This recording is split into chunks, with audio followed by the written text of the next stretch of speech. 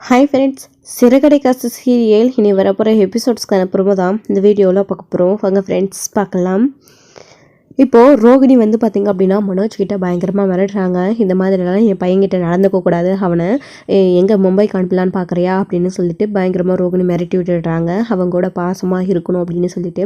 அதுக்கப்புறம் மனோஜ் பயந்துக்கிட்டு கொஞ்சம் நேரம் கழித்து கல்யாணி போனதுக்கப்புறமா ரோகிணி அப்படின்னு சொல்லிட்டு எழுப்புறாங்க. ரோகிணி எந்திரிச்சு உட்காந்து, என்ன மனோஜ் என்னாச்சு, என்ன வேணும், நான் எப்போ ரூமுக்கு வந்தேன் அப்படின்னு எல்லாம் வந்து கேட்டுட்ருக்காங்க.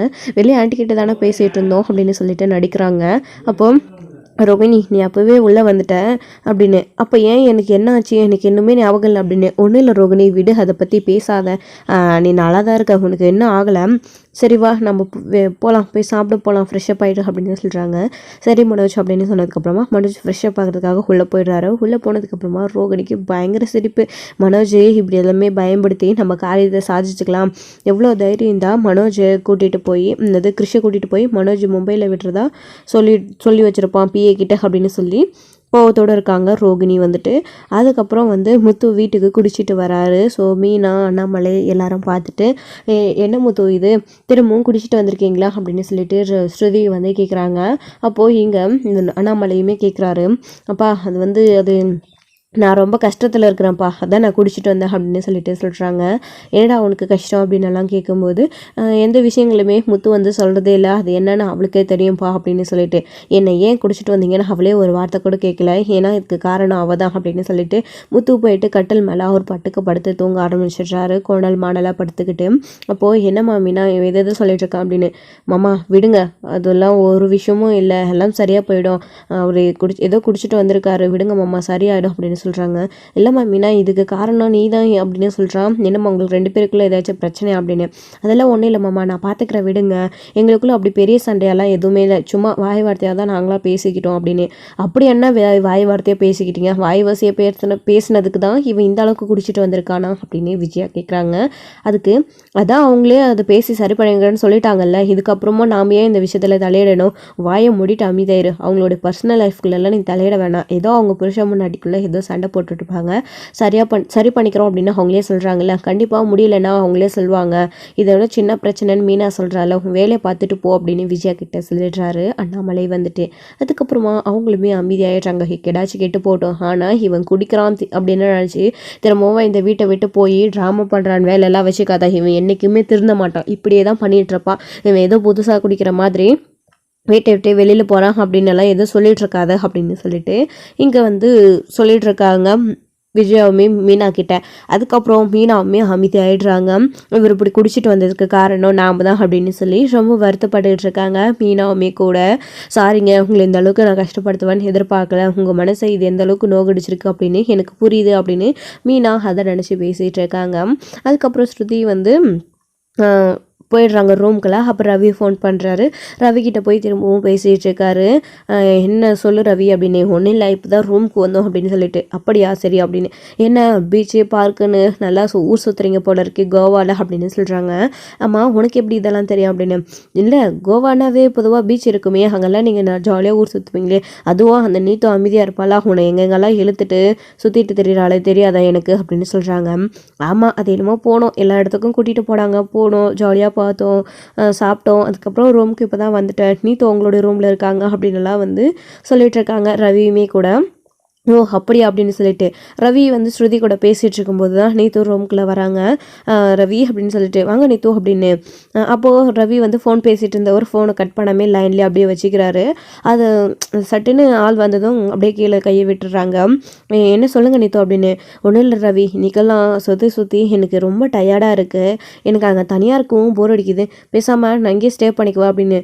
அப்போது உடனே இவ வேற லைனில் இருக்கா, இப்போ என்ன பண்ணுறது அப்படின்னு தெரியாமல் ரவி வந்து ரொம்ப தயக்கப்பட்டு நின்றுட்டுருக்காங்க.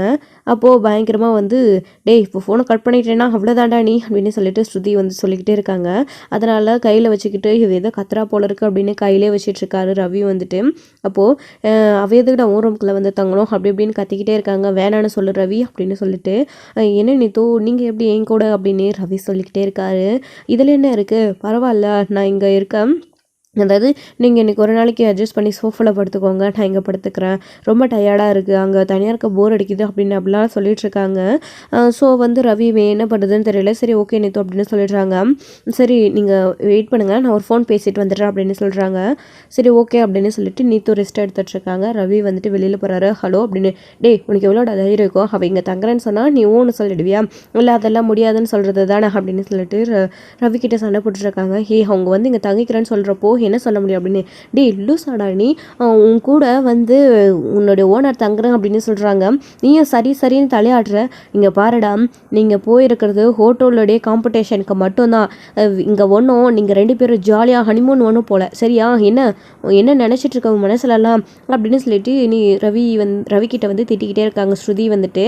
அப்போ நீ நினைக்கிற மாதிரிலாம் ஒன்றும் இல்லை அப்படின்னு, பின்னதுக்குடா நீ அவங்களும் ஒரே ரூமில் தங்கணும், பார்க்குறவங்க எல்லாம் என்ன நினைப்பாங்க, ஏற்கனவே என் மம்மிக்கு ஆல்ரெடி கம்ப்ளைண்ட் வந்து என் மம்மி என்கிட்ட காய்ச்சி முச்சின்னு கத்துறாங்க, உன்னை பற்றி எனக்கு தெரியாதா, என் மம்மியை நானும் நல்லா திட்டி விட்டுட்டேன், ஆனால் நீ பண்ணுறதும் இப்போ அப்படி தானே இருக்குது அப்படின்னு சொல்லிட்டு ஸ்ருதி வந்து கேட்கவும், என்ன ஆன்ட்டிக்கு எப்படி தெரியும் அப்படின்னு, அதெல்லாம் உனக்கு தேவையில்லாத விஷயம், அது தெரிஞ்சா நம்ம அதுக்கு உள்ள ப்ராப்ளம் தான் வரும், பாரு நீ ஒழுங்காக இருந்துக்க கற்றுக்கோ அப்படின்னு சொல்லிட்டு இங்கே ஸ்ருதி வந்து சொல்லிட்டு ஃபோனை கட் பண்ணிடுறாங்க.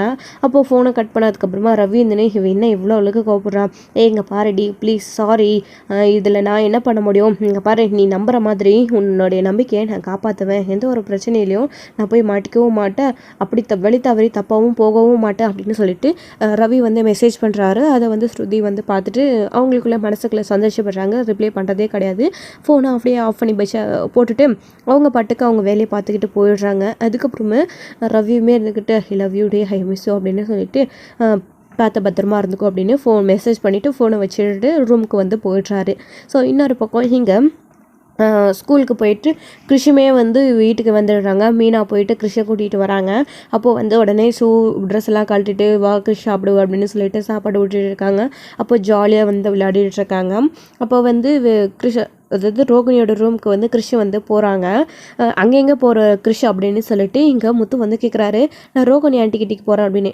நீ எதுக்குடா அங்கே போகிற, அங்கெல்லாம் போகக்கூடாது, இங்கேயே இரு அப்படின்னு சொல்லிட்டு அங்கே ரூம்குள்ளெல்லாம் போய் என்னத்தை ஏதாச்சும் பண்ண போகிறா அப்படின்னு. விஜயா என்ன பேசிகிட்டு இருக்க நீ, அவன் சின்ன பையன், அவனுக்கு அதெல்லாம் அது தெரியாது, நீ ஏன் சொல்லி கொடுத்துறாத அப்படின்னு சொல்கிறாங்க. ரூமுக்குள்ளே போய் ஏதாச்சும் திருட்டு பொருள் மாதிரி ஏதாச்சும் எடுத்துருமா அப்படின்னலாம் வந்து விஜயா வந்து பேசுகிறாங்க கிருஷ்ணை பற்றி. இது கேட்டு பயங்கரமாக கோவம் வருது முத்துக்கு. என்ன நினச்சிட்டு இருக்கீங்க உங்கள் மனசில், ஒரு சின்ன பையனை பார்த்து இப்படியா பேசுவீங்க, அவன் என்ன அதுக்குன்னே இங்கே இருக்கானா என்ன அப்படின்னு, அதுக்காக கூட அவள் பாட்டி இங்கே விட்டுட்டு போயிருக்கலாம்ல, இந்த பையனுக்கு எல்லாத்தையும் தெரிஞ்சு இந்த வீட்டில் இருந்து பழக வச்சு இந்த பையனை வச்சே இந்த வீட்டில் இருக்கிறதெல்லாம் ஆட்டிய போடலான்னு நினச்சி தான் நான் அவள் இங்கே விட்டுட்டு போயிருக்கா அப்படின்ற மாதிரிலாம் விஜயா பேசுகிறாங்க. இது கேட்டு முத்துவுக்கு பயங்கர கோவம் வருது. அப்பா என்னப்பா இதெல்லாம் அம்மா எப்படி பேசிகிட்டு இருக்காங்க அப்படின்னு என்ன நினச்சிட்டு இருக்கோம் விஜயா உன் மனசில், சின்ன பையனோட மனசில் நீயே இந்த மாதிரிலாம் விதைச்சி வச்சிருக்க அதை தப்பான எண்ணத்தை அப்படின்னு சொல்லி திட்டிகிட்டு இருக்காரு. அதுக்கப்புறம் கிருஷ் நீ போடா அப்படின்னு சொல்லிட்டு முத்து சொல்கிறாரு.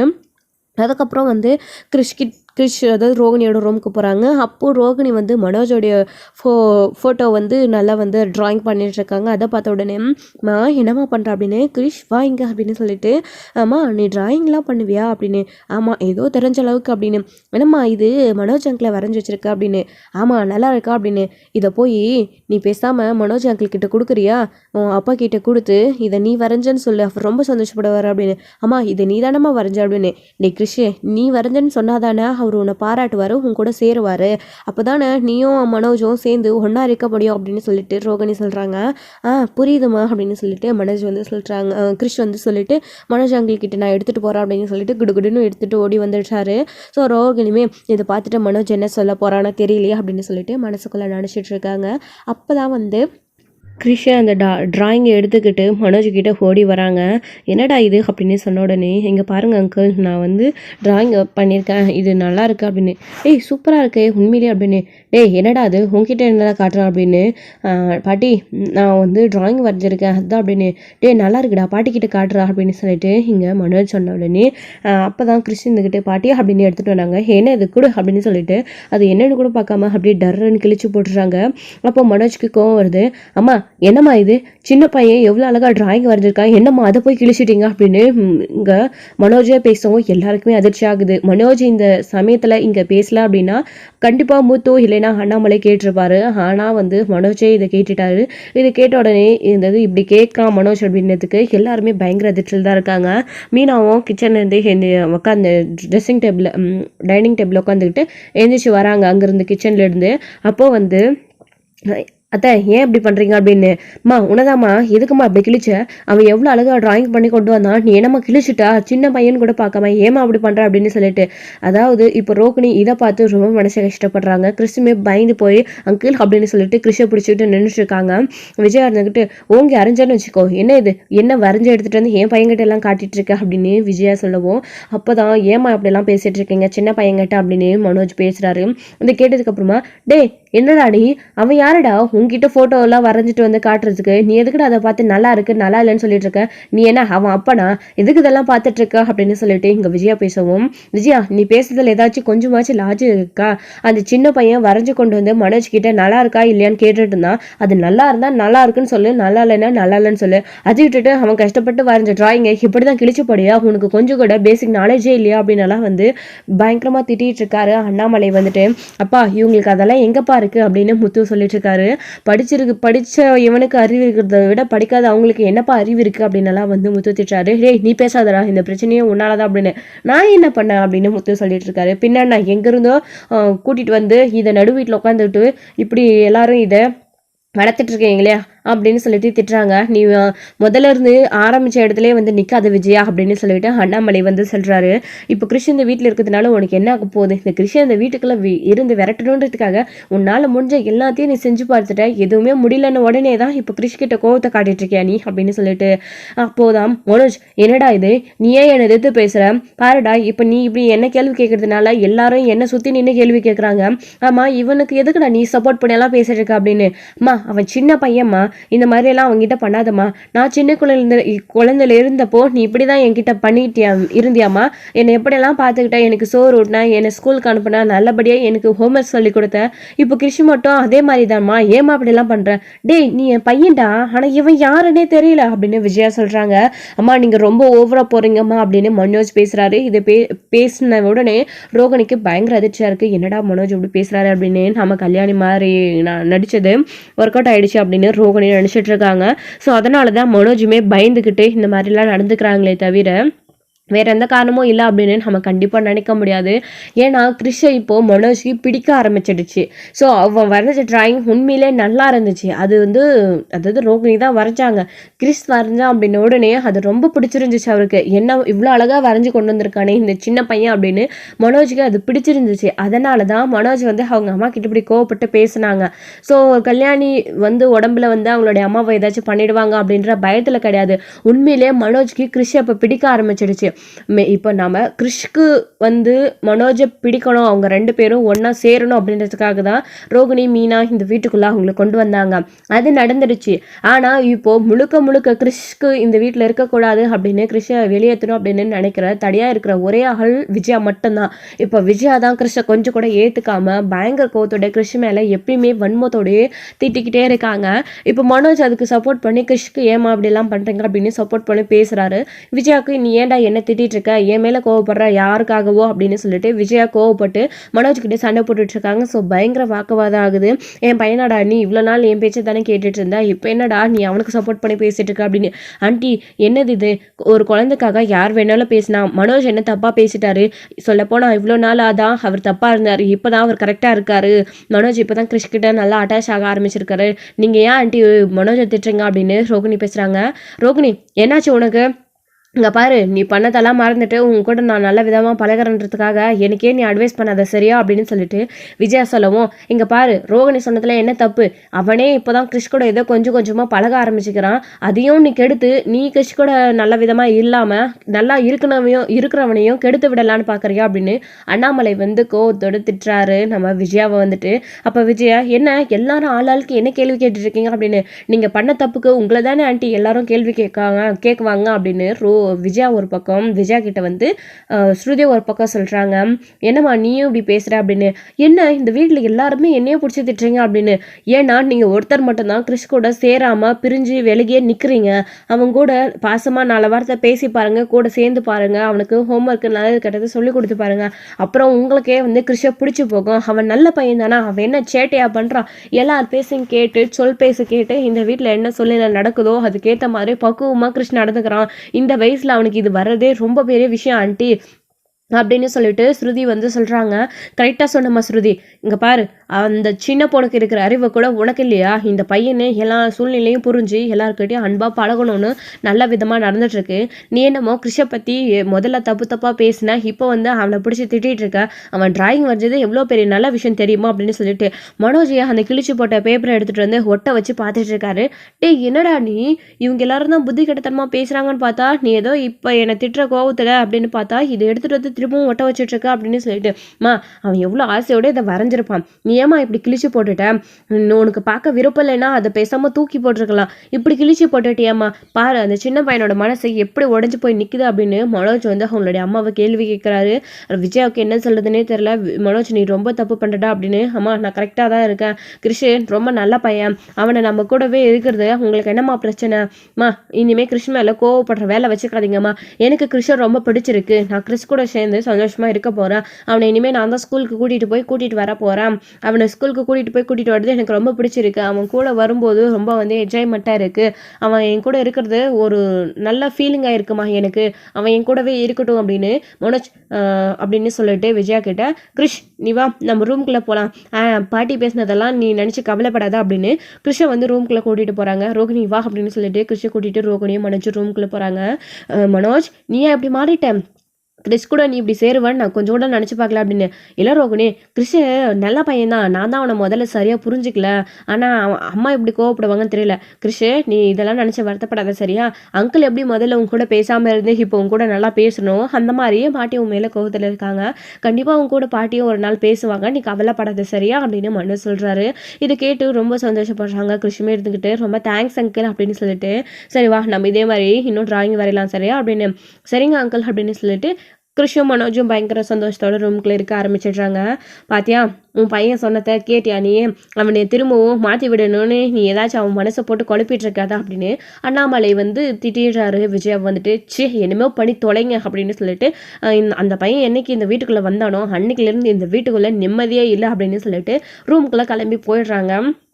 முத்து அதெல்லாம் சரியாக போயிட விடுடா அப்படின்னு அவன் அண்ணாமலை போனதுக்கப்புறமா முத்து இருந்துக்கிட்டு, மீனா இங்கே என்னதான் நடக்குது, இந்த மனோஜியா அடிக்கடிக்க ஒரு மாதிரி மாறிக்கிட்டே இருக்கா அப்படின்னு. ஏங்க அவங்க கிறிஷ் கூட நல்ல விதமாக இருக்கிறது உங்களுக்கு இப்போ பிடிச்சிருக்கா பிடிக்கலையா, கிறிஷ் கூட எந்நேரமும் சண்டை போட்டுகிட்டே இருக்கணும்னு நீங்களும் ஆசைப்பட்றீங்களா அப்படின்னு. இல்லை மீனா, இப்போ அம்மாவே எதிர்த்து பேசிக்கிட்டு கிறிஷை இனிமேல் நான் தான் கூட்டிகிட்டு போவேன், நானா அவனை பார்த்துப்பேன்னு கூட்டிகிட்டு போகிறான், ஒரே அதிர்ச்சியால் இருக்குது அப்படின்னு.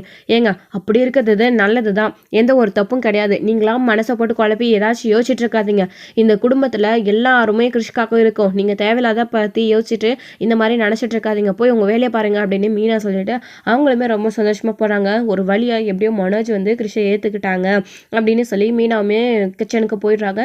ஸ்ருதி வந்து கிச்சனில் நான் உங்களுக்கு ஏதாச்சும் ஹெல்ப் பண்ணட்டுமா அப்படின்னு சொல்லிட்டு மீனா கூட சேர்ந்து கிச்சனில் சமைச்சிட்டு இருக்காங்க. ஸோ இதோட இந்த எபிசோட் வந்து முடிச்சிருக்காங்க. அடுத்தடுத்த எபிசோட என்ன நடக்க போகுது, கண்டிப்பாக விஜயா வந்து அடுத்து கிறிஷை வந்து இந்த வீட்டுக்குள்ளேருந்து வெளியே துரத்துறதுக்காக என்ன பண்ணணும் அப்படின்னு சிந்தாமணி கூட சேர்ந்து பிளான் பண்ண போகிறாங்க. என் பையனை எனக்கு எதிராக மாறிட்டான் அப்படின்னு. ஸோ என்னெல்லாம் நடக்க போகுது அப்படின்றத வெயிட் பண்ணி நெக்ஸ்ட் வீடியோவில் பார்க்கலாம். Friends thank you. இந்த வீடியோ உங்களுக்கு பிடிச்சிருந்தா லைக் பண்ணுங்கள், ஷேர் பண்ணுங்கள், கமெண்ட் பண்ணுங்கள், மறக்காமல் பெல் ஐக்கானை கிளிக் பண்ணி வச்சுக்கோங்க.